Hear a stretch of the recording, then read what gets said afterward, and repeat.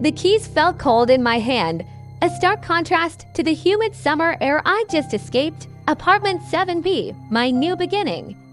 The building, the Alistair, was a pre-war behemoth on the Upper West Side, with gargoyles staring down from the roof. The rent was a miracle. The listing agent, with a smile that never reached her eyes, glossed over the details.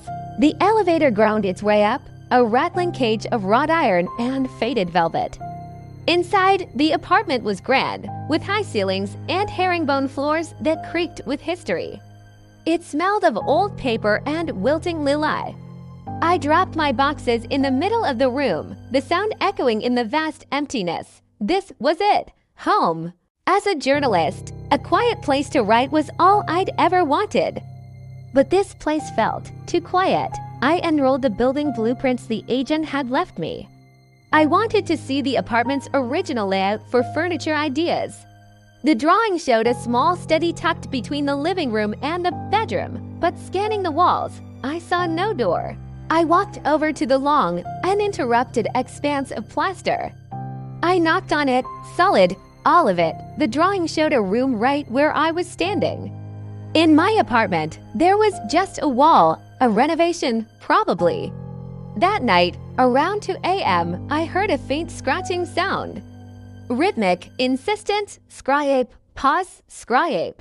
It sounded like it was coming from inside the wall, the very wall where the study was supposed to be. I banged on the wall. The scratching stopped, silence, but a few minutes later, it started again, faster and more frantic. It didn't sound like a small animal. It sounded bigger, sharper, like fingernails on old wood. The next day, the superintendent, Sal, went quiet when I mentioned it. "Just the pipes, kid," he said, his voice strained. The scratching continued every night.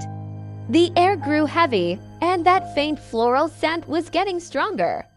I dug through online archives and found a headline from 1953. Author vanishes from Alistair apartment. Julian Croft, a reclusive writer in 7B, simply vanished.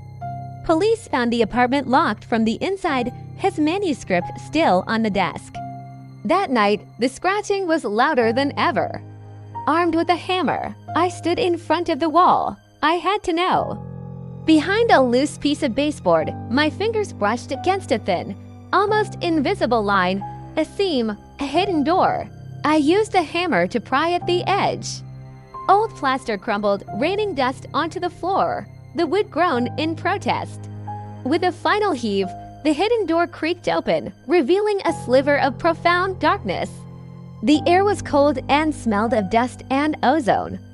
My phone's flashlight cut a nervous beam into the black. It was a small room with empty mahogany bookshelves and a floor coated in thick gray dust.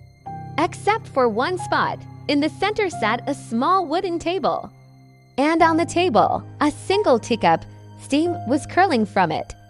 The tea was fresh, hot. Next to it was a Polaroid, still developing, the colors slowly blooming into view. The photo was of me, taken from inside this very room. I was in the background, staring at the blueprints on the floor.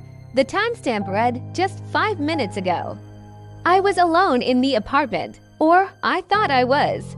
Then, from the deepest, darkest corner of the room, I heard a soft, dry whisper, "Welcome home." Thank you for watching part 1 of The Vanishing Room.